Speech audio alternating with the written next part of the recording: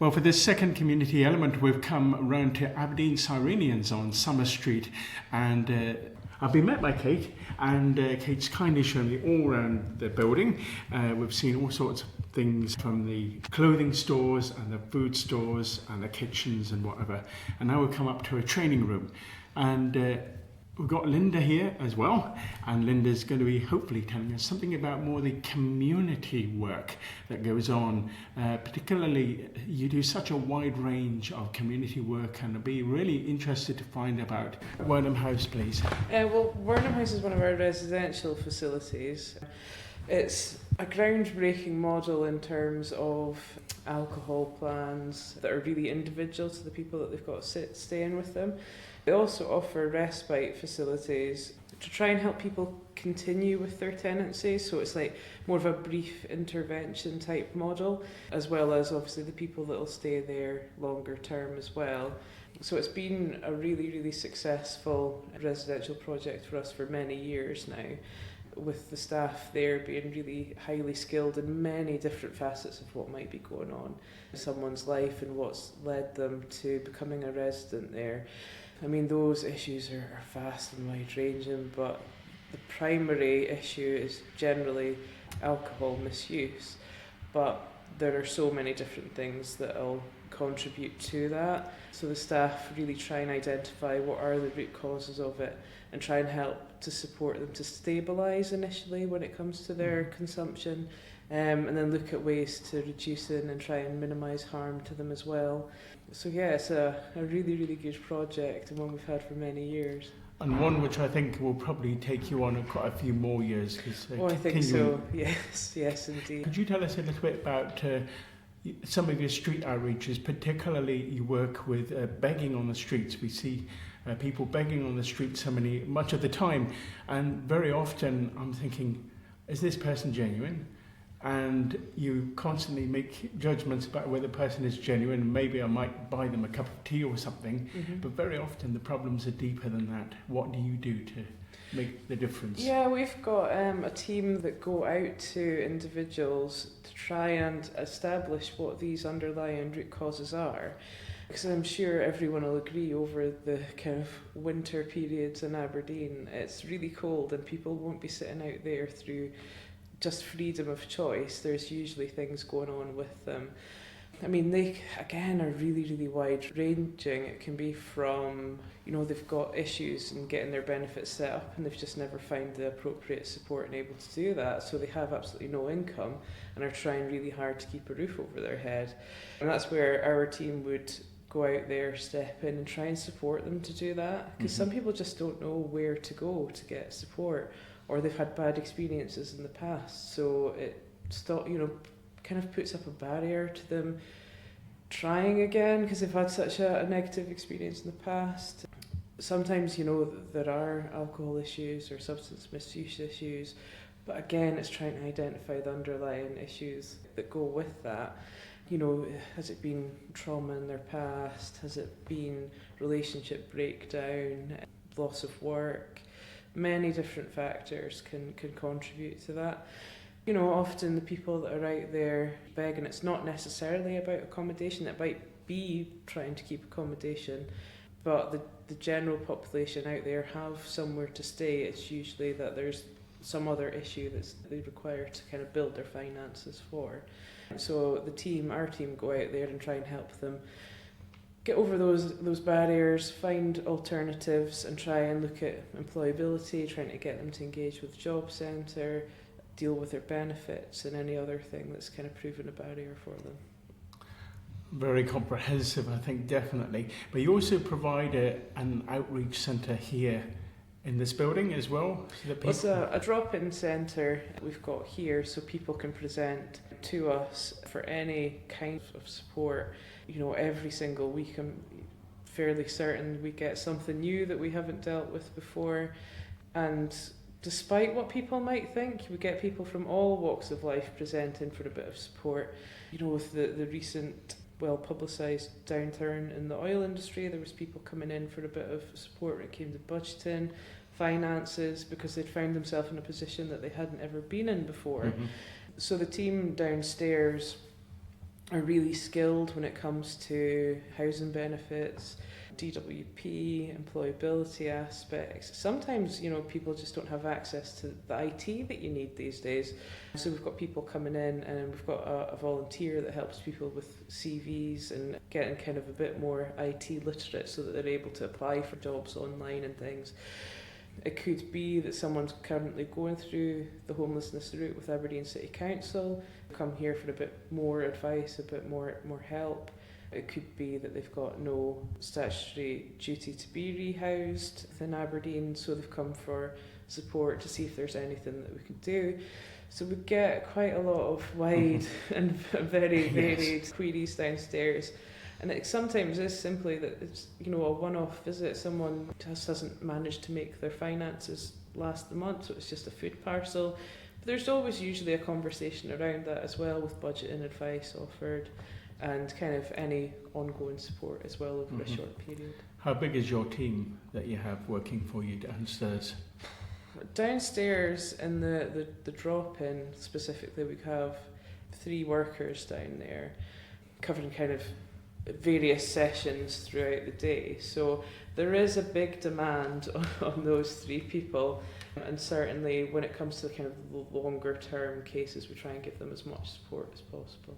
Certainly volunteering kind of comes in quite heavily downstairs as well. Like I mentioned, people coming in to help with IT, that really does help support the drop-in service.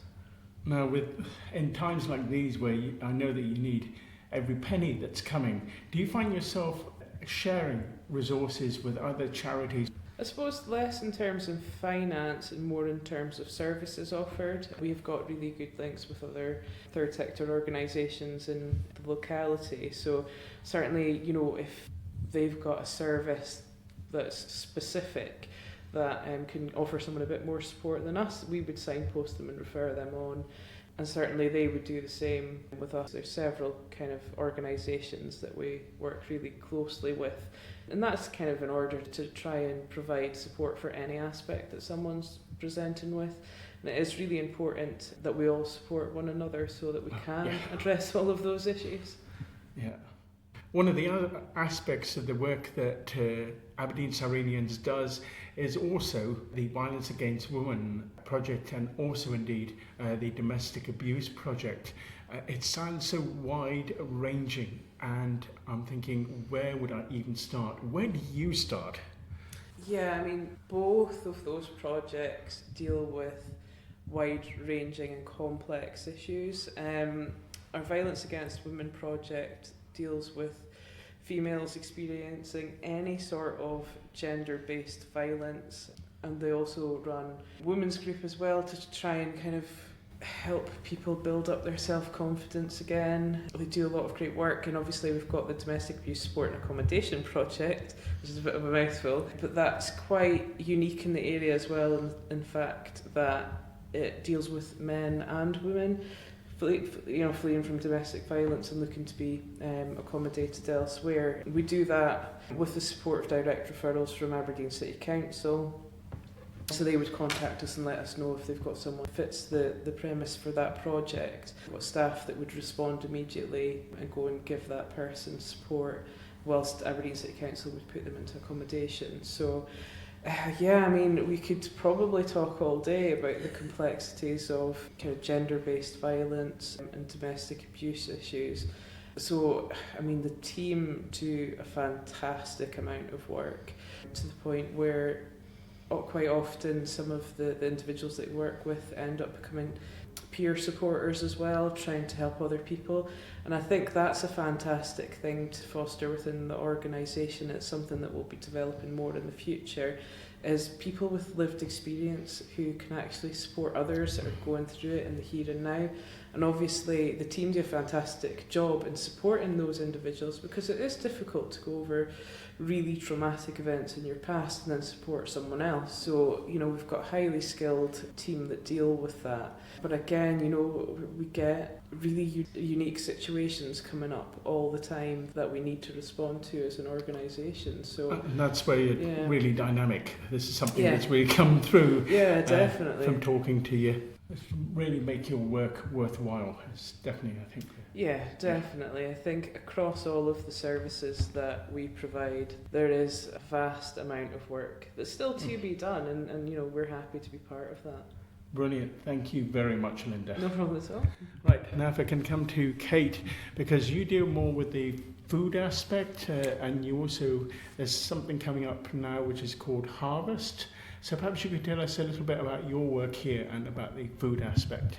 Yeah, well, I'm the fundraising and volunteering manager at Aberdeen Cyrenians. So our next big thing is our Harvest Appeal, which is hugely supported by local communities in and around Aberdeen, a lot of Aberdeenshire as well. There's a lot of churches, a lot of schools, a lot of community groups who support us, and we're extremely grateful. The food that we get during harvest, both fresh food, which is used at Street Alternatives, which is our hot meal service, and also the more long life food, which we put in food parcels. We couldn't do what we do without those donations coming in. Summer is always a tough time for us. Donations go down a bit, so we really rely on harvest to try and get the stocks up, so we're ready and willing for when people come, especially during the colder months. We need that extra support, that we've got everything ready for them. Yeah. So with regard to harvest, is it just the fresh food, or do you actually include the clothing in that as well? That people would, you were showing me on the way up how people need to have fleeces, and you were short of fleeces at the moment. You're also short of men's boxer shorts and things like that. Exactly, yep. We're always looking, so food is obviously very important, but yeah, no, we never turn down clothes donations. We've mentioned men's boxer shorts are one of those things that that's one of the only things we can only accept new. Anything else can be used, so it just means that it's sort of something that we generally struggle to get in a lot more, because also we recognise they're not cheap either. But we're always desperate for underwear, new underwear as a donation. The other thing is toiletries, so deodorant, shaving foam, shower gel, shampoo, razors, all those things make such a difference as well, because I guess it's trying to make sure that people are looked after. It's a holistic service, so it's not just about the food, it's all about all the other services, along with the support that Linda mentioned earlier. Yeah, definitely. So how can people donate if they would want to, either by way of money or by way of food? One of the best things is to head over to our website, find lots of information there. We've got a list. If you go on to the section about how people can support us, we keep up to date a list there of the priority items. You can see what's a high, medium and low priority that we need. At the moment, I think the only thing we've got a lot of stock of is pasta, so if anything other than that, we would be very grateful for. So you can have a look on the website, or just give us a call here at Summer Street. So give us a call or pop in by. So we're at 62 Summer Street. So just pop in by Monday to Friday. Always happy to have a conversation and to accept any donations as well. Yeah, and just to make sure that people know where exactly to come, round from the steps, you go down a short ramp, and it's just in below the steps. Yeah, just come round to the side of the building, on the same side as the road. Just pop down the ramp and ring the doorbell, and one of our team will more than happily welcome you in. So, could you tell us a little bit more about your meals service, that which you run? Yeah, so we've got Street Alternatives, which provides hot meals 4 times a week. So on a Tuesday and Thursday evening, and a Saturday and Sunday lunchtime. This is a volunteer supported service. So we've got an amazing team of volunteers who will come in during the week to cook the food and prepare it. And then we've got another team will come in during the sessions to actually serve it and to interact with the service users as well. We've got about 80 volunteers in total at the moment, just over, who support primarily Street Alternatives, but also other services, again, we've already mentioned. But also at Street Alternatives, people can access our laundry, shower facilities as well. And there's always a member of that our advice team who's on hand as well to provide that extra support. The only thing people, if they need to access that service, we ask them to come to drop-in first, just so we can have that conversation, start to find out what the root causes are for that need, and make sure that is the right service for them, or maybe actually getting a food parcel and other support might be better. So anything that people receive, so any of the donations we get, we do our utmost to make sure they get to the people who really need them.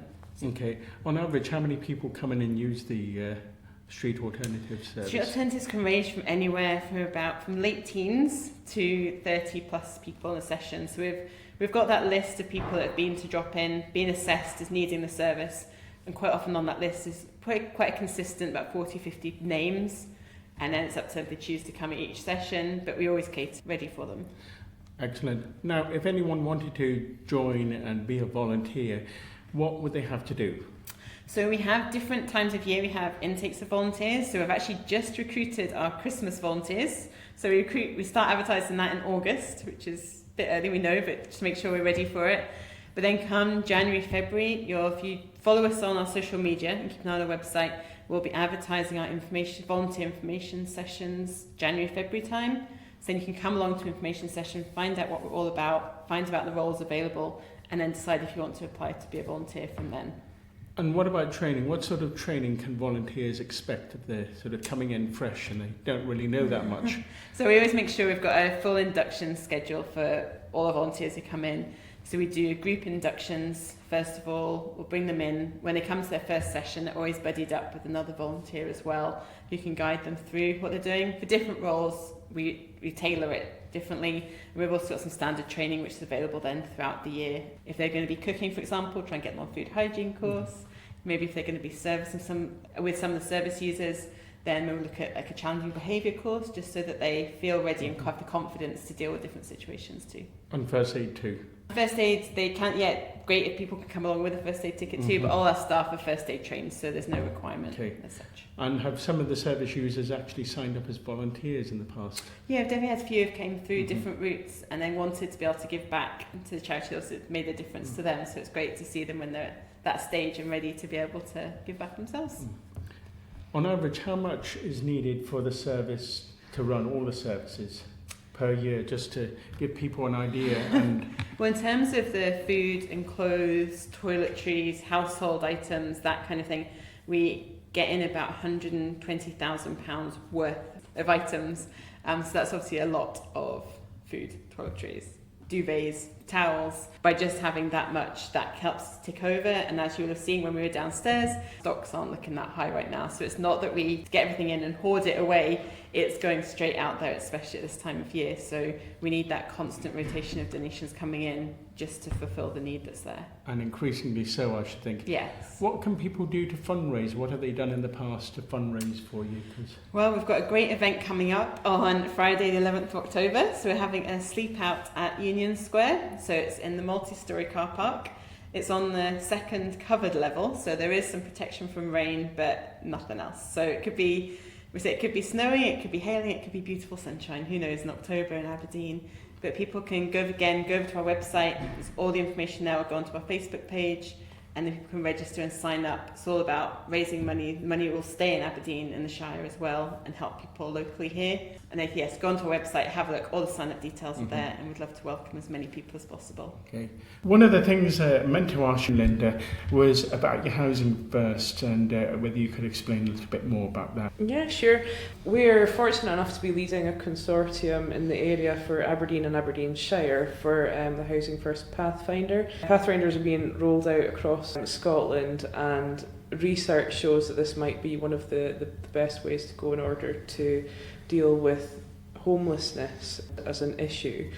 It's in the early stages, but so far it's doing really well, and the premise of it is, instead of someone having to go through various different temporary accommodations in order to finally get to that final goal, it's actually putting someone into their tenancy and then putting the wraparound support in after that. Yeah. So instead of having to go through all of these areas, which can be really traumatic in themselves, and I know for all the best reasons the staff do everything that they can to keep these places safe, but it can be traumatic having to kind of go into an accommodation unit where you're kind of sharing with 30, 40 other people. And so it's constantly, as you say, dynamic, constantly changing, and you're constantly tailoring people's needs to the help available. Yeah, and it's giving people a bit more control over their own destiny as well. It's up to them how much they do or do not engage with the support that's put in. Because sometimes people do really well and they think, well, I just need you to back off and let me get on independently so that I can, learn these skills, develop these skills myself. And that's what the team are all about. Let me know if you need me to step back a bit, and I certainly will, but I'll always be there in case you need to be propped back up again. So it's a really, really exciting project to be involved in. Can you think of any comments that people have mentioned as a result of your great work? A service user once said to me, as they were moving on from a previous project that I'd been involved in, he said, "Thank you for being the only people that have actually believed in me." And I think that sums up the entire staff teams across the organisation.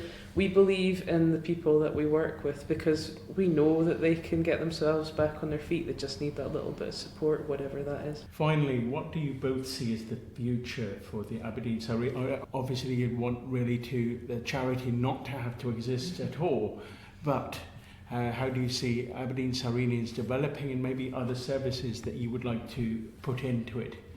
For me, I think going forward, the organisation already has been, but it will continue to be really dynamic in its approach.